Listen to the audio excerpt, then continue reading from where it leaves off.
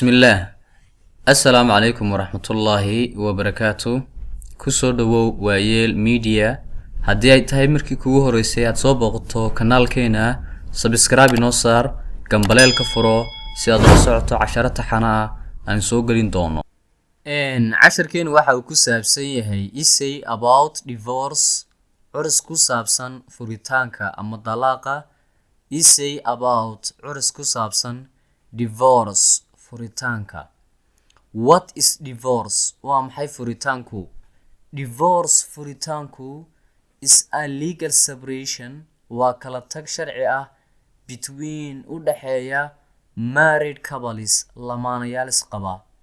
Its termination waxa istaagaya of the romantic relationship, xiriirkii jacaylka ahaa between u dhaxeeyay a husband ninka xaaska leh and wife iyo gabadha xaaska as a family ee ahaa qoys.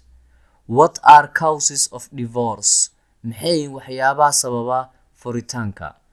There are waxaa jira a lot of causes, dhibaatooyin badan divorce oo sababa furitaanka. Maybe laga yaabaa economic problems, dhibaatooyin dhaqaale, befell ku dhaca the family qoyska. So sidaa daraaddeed they may not continue to live together, ma sii wadi karayaan inay ku noolaadaan si wada jira. Also sidoo kale maybe laga yaabaa lack of confidence, kalsooni darro between u dhaxeeya the two couples, lamaanayaasha. Misunderstanding, isfaham waa about u dhaxeeya the family issues, qoyska and so on iyo wixii intaa la mida.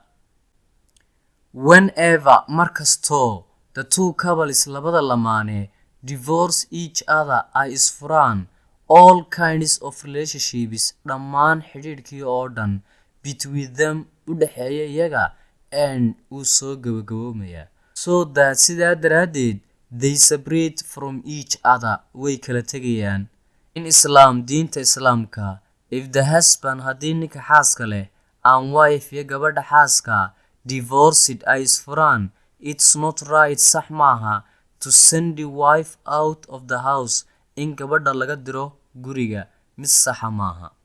Before two persons married each other, intaanay labada qof isguursanin ka hor, they must introduce each other well, waa inay si fiican isku bartaan midda kale, so as to avoid, say uga fogaadaan divorce, furitaanka. If they divorced each other, hadday isfuraan, the family qoysku destroys uu burburaya, and the children caruurtu are neglected, way dayacmayaan.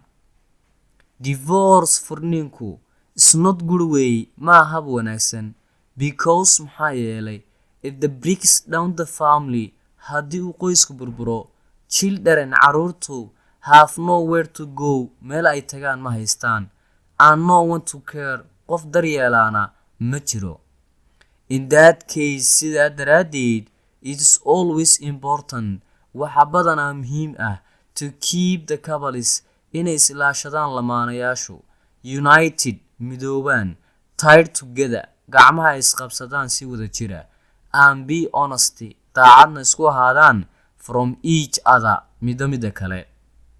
So that sidaa daraaddeed we have to be awareness, waa inaynu ka feejignaanaa the divorce, furitaanka, and its bad effects, iyo saameyntiisa xun. ugu mahadsan tahay daawashada iyo dhegeysiga videogan. Haddii video ku cajabiyey like noo saar, dhiirigelin bay noo tahay.